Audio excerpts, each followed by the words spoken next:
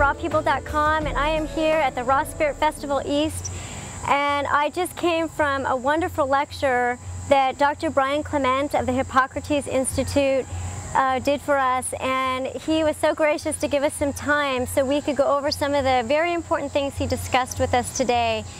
And you know, Brian, I was listening to you talk today, and I am very grateful to you for the years and years that you've put into helping people regain health, to just increase the vitality that they already have or prevent disease. And I was encouraged to hear that more people are coming to the Hippocrates Institute to just prevent and to live more vibrantly, and not coming in solely as sick people. Correct. Like they did originally. Yes. And there were many things that you have done and that you are doing to really create optimal health, true health for people. And I just want to thank you for all the service and all the work that you do all over the world. So I want to acknowledge you for that first. Thank you. And one of the things that you talked about today was sugar addiction. And you shared some very personal things. You were mentioning that you were 60, which this guy looks about 40, and that you used to be over 200 pounds or 240 240 pounds, and addicted to sugar and smoking 3 packs of cigarettes a day. Right. And you have totally transformed. You are a man of power in a very positive way. You just radiate health, and you are full of amazing information to help people transform. And so I would love it if you could talk about sugar addiction. And when you termed something, you said a lot of us are unconscious addicts, even if we transition into the raw food world, but we get into the raw junk food. And I was wondering if you could talk about that aspect. What is an unconscious addict?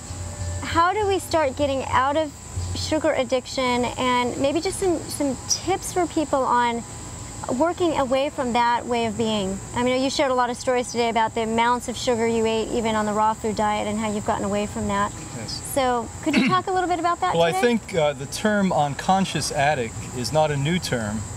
If you ever knew an alcoholic or a drug addict, until they come to a realization that they have a problem, they're unconscious addicts.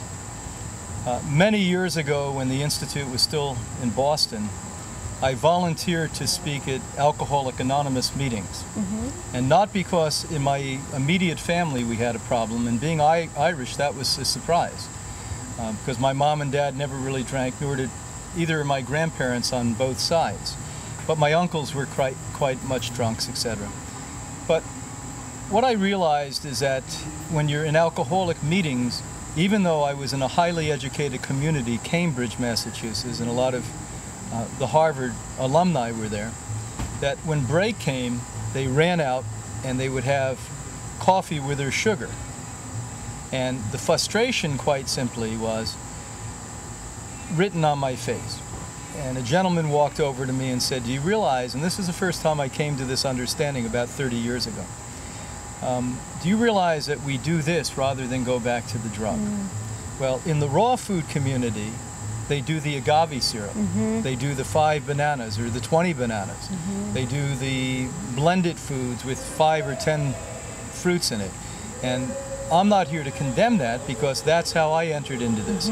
I entered as an unconscious addict and surrendered the obvious bad guys, the white sugar, the honey, and then went and surrendered myself to a quart of carrot juice or 2 quarts of carrot juice, a quart or 2 of orange juice. Whatever it may be, you're still getting your fix, and you're still in that addictive fog. And whenever somebody's addicted, what happens is a brain chemistry and body chemistry alter your potentiality for hormones to function. The 3 hormones that make you happy, positive, and conscious are dopamine, serotonin, and endorphins. Each one of these are diverted and reduced in their activity and amount by sugar consumption. And over the decades, institutions as well as the Institute, major organizations, universities as well as the Institute, has shown time and time again that there's no difference between fructose, what you get from an orange or a mango or an apple, and glucose.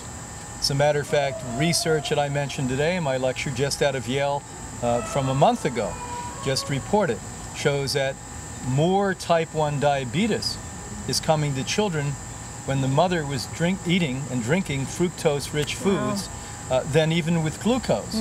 So PET scans, which we use for diagnostic work for cancer, they inject sugar into the body.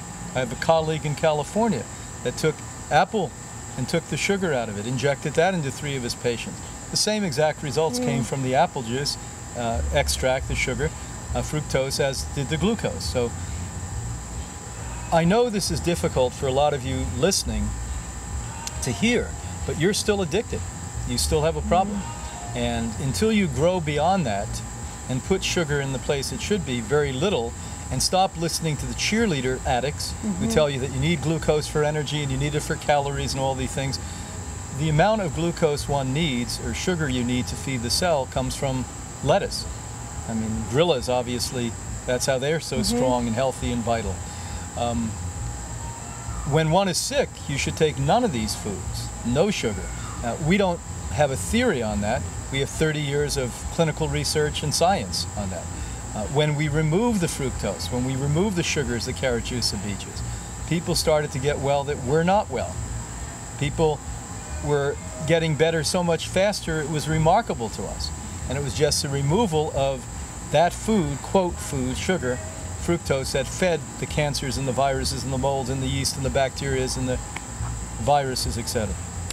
You know, it's so interesting what you're saying, and as I'm listening, I'm thinking about, you know, one of our personal mission statements at Raw People is to not only help people get information and inspire people to make changes, but to maintain. Yes. And one of the concerns that I have is that people come into the raw food lifestyle, and they focus on the food, it's part of the lifestyle, but they maybe enter in that way. And then what they say is, you know, it doesn't really work. And as I'm learning more myself, I really have come to believe it's because of this role of the sugar and the things that we're eating that are causing them to not feel good. They're really not getting the results over time that they want, and so they just say it didn't work. And what I love today is that you shared about 5 core things that you would incorporate in what you would call the main diet. And you talked about things like sprouts and blue-green algae and another kind of algae. Sea vegetables. And I don't know if acai was a part of it. Someone had brought up the question, but you had mentioned that. So I have two parts to my question to you. One is, could you tell us currently how much fruit, let's say, you incorporate in your own personal eating plan? And then could you address those foods that you really would love to see people, for optimal health, incorporate in so that they're maintaining this health and they're getting away from this addiction and things like that? Well, by weight, less than 5% of my family or my diet for decades have been fruit. Even the times we drink fruit juice, it's 90% or more water. Okay. We taint the water with fruit juice. And the fruit always must be ripe. Okay. The biggest culprit in fruit, believe it or not, is not the sugar. It's the devastating effect that unripened, highly acid fruit has on taking minerals out of the bones and weakening the structure of the cells, which are organs, etc. And so that's another problem. So the most that a really healthy person without a disorder can eat by weight is about 15% of her diet or his diet. Okay. Always ripe, that's the most. Now with that said, what you mentioned is true. That when somebody does not get adequate amounts of protein, they're famished, they're constantly craving, and they're going to eat more and more and more and more. That was my typical American diet that all of us suffered and experienced. That's why we never stopped eating. And that's why so many obese people are there. The Hippocrates living food diet that's been developed over 53 years in clinical research literally is an extremely high protein diet. There's no higher protein diet on the planet.